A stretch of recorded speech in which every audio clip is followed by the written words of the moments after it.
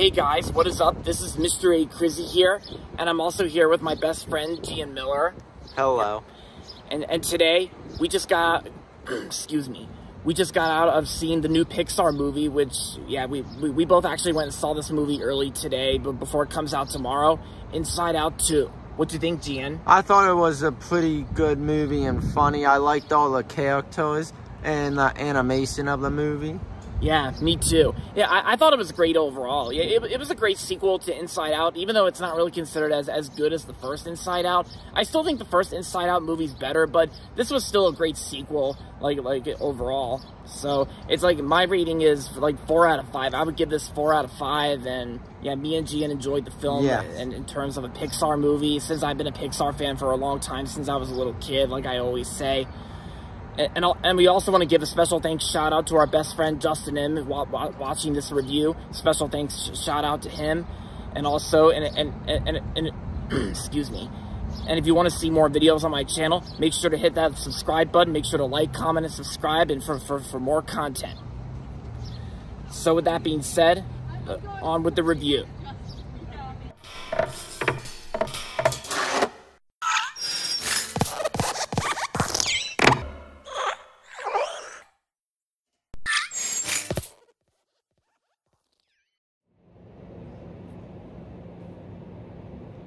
Hey guys, what is up? This is Mr. A. Crizzy here, and welcome back to another movie review. In tonight's movie review, I'm going to be doing a movie review on this new Pixar movie, which I just got back from seeing with my best friend Gian Miller, and we both went and saw this movie for an early Thursday access preview screening for the new Pixar movie, which, yep, and you guys know it. This review is on Inside Out 2. Yep. Inside Out 2 is the sequel to the 2015 Academy Award winner for Best Animated Feature of 2015, Inside Out, of course, which is, you know, which I still personally enjoy. I think it's one of Pixar's best modern films. And yep, Inside Out 2 is the sequel to, you know, the first movie. So in this movie, we follow the main emotions that control Riley Anderson. And we got joy, sadness, anger, fear, and disgust. So, in this movie, Inside Out 2 takes place after the events of the first Inside Out, where joy, sadness, anger, and fear, and disgust, they have been running a successful operation by all counts in charge of Riley Anderson, who is now 13 years old, the same exact age as Meilin Lee, Mei from the Pixar film Turning Red, 13 years old. And then everything seems to go fine enough for the first half of the film. However, when a new emotion arrives named anxiety, this orange emotion named anxiety, played by Maya Hawke, like when anxiety shows up, they aren't sure how to feel, and so anxiety and the other emotions like envy and embarrassment, they send the 5 main emotions away from headquarters, and so. Kind of like the first Inside Out, like all 5 of the main emotions have to do whatever they can to try and return to headquarters and stop anxiety from controlling Riley. Yeah, it's kind of like the first Inside Out, but instead of joy and sadness trying to get back to headquarters, it's all 5 of the main emotions trying to get back to headquarters, and yeah. But yeah, if I go into further detail, then I might end up spoiling the movie, which I can't do that because it's Thursday night, and of course the movie comes out tomorrow as well. But yeah. Anyway, let's get to my thoughts on Inside Out 2. So, when I first heard about a sequel to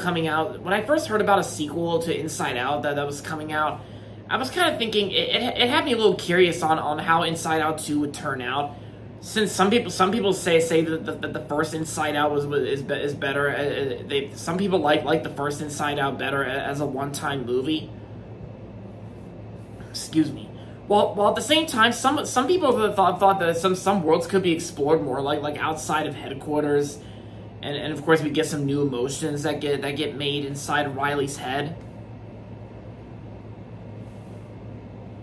But then after seeing trailers for this film, it had me interested since I am a Pixar fan, like I said a lot of times, because I've been because you guys already know I've been a fan of Pixar ever since I was a little kid.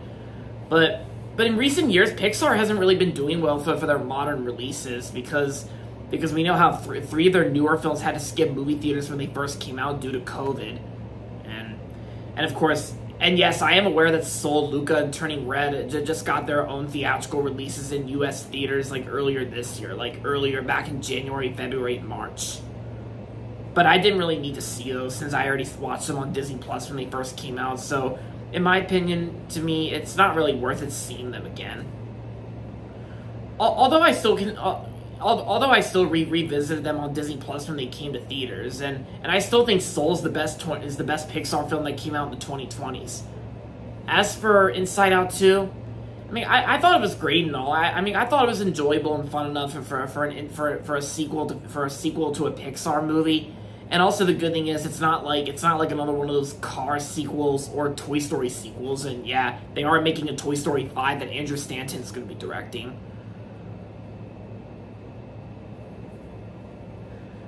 But as for the movie itself, Inside Out 2, what I like about Inside Out 2 is it's beautifully animated because, you know, obviously it's Pixar. And the movie itself is beautifully animated, and even like the textures and the way the animation, the lighting looks, it's well developed and well animated. And as for the sequel characters, some of the sequel characters I thought were great and all. I thought they were good and all. And yeah. And of course it's also like during the part where joy, sadness, anger, fear, and disgust when they come across like some other sequel characters, but during like the next half of the film, which I can't spoil because you guys need to see this movie for yourself. And of course, this movie did have some replacements, and this movie did have some replacements because Kelsey Mann is actually the one directing this film instead of Pete Docter, because we know Pete Docter is the CCO of Pixar, the chief creative officer, and the music itself. I mean, the music is not as good as the first Inside Out, even though. Because Michael Giacchino got replaced with another composer, which is kind of disappointing because I always loved Michael Giacchino. But the music here I thought was fine and all. Still not as good as the first Inside Out's music by Michael Giacchino, but it was fine enough. And even the writing itself I thought was not that bad either. The writing, the screenplay, it's not that bad. Oh yeah, and as for the voice acting itself is always the best part in animated films. It's got like a good cast. I thought it's great to hear Amy Poehler back as Joy, because Amy Poehler's awesome as Joy. Same thing with Phyllis Smith as Sadness, because Phyllis Smith and Amy Poehler, they're still awesome in the film together. And also 5 years ago in February 2019, when I went to Epcot in Orlando, Florida with my parents, for a trip, I actually got to meet costume characters of Joy and Sadness back in like 5 years ago in February 2019 when I went to Epcot. Yeah, I actually got to meet Joy and Sadness at Epcot, which was a really great experience at Epcot. And yeah, and of course the characters itself were kind of interesting, especially like the main ones that originated in the first Inside Out. And let's see,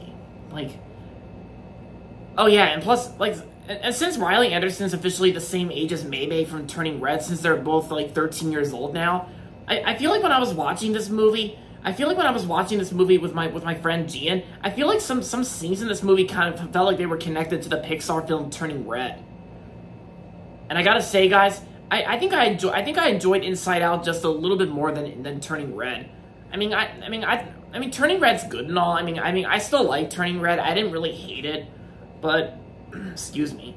Despite Turning Red having its flaws here and there, I mean, it's still a good movie regardless. But I don't know. It's just my rating on Turning Red changed. So after I first watched it in 2022, 2 years ago.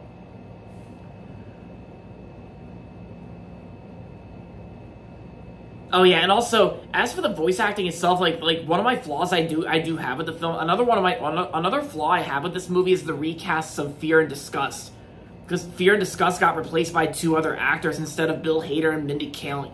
we know why about Mindy Kaling, because Mindy Kaling's salary and money and all that, it's like she didn't really feel like coming back as discussed, and she instead decided to do that Velma Scooby-Doo series on Max that everyone hates. You know, that Velma series on Max which everyone hates. But yeah, Mindy Kaling's always the best discussed voice, because, you know, she's always funny as discussed in the first one. But as for Tony Hale as the new voice of Fear, Tony Hale at least tried for Fear's new voice, kind of like how Tony Hale did Forky in Toy Story 4. Yeah. But yeah, so I'm just glad that Pixar movies are finally back on the big screen in movie theaters. And of course, I don't really count Soul and Luca and Turning Red to be 2024 releases since they came to theaters earlier. Because Inside Out 2 is the real 2024 movie release from Pixar. Yeah, that's what I think. And the trailers and previews I got in front of Inside Out 2, I got Despicable Me 4, and I got Moana 2, and Mufasa the Lion King, which... As for Mufasa the Lion King, I'm not really going to go see that because I'm just completely done with seeing live-action remakes and adaptations from Disney's animated feature films ever since after seeing The Little Mermaid remake last year.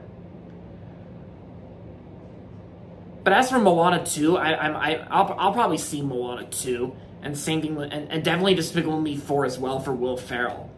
Yeah. And I think Despicable Me 4 is going to be me and Gian's next movie to see together the next time we come down here for the summer.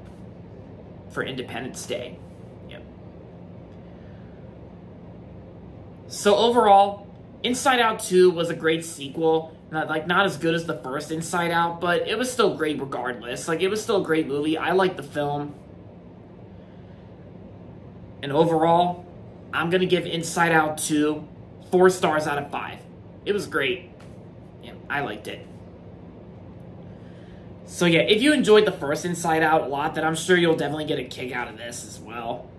So, yeah. Alright guys, so that's going to be it for my movie review on Inside Out 2.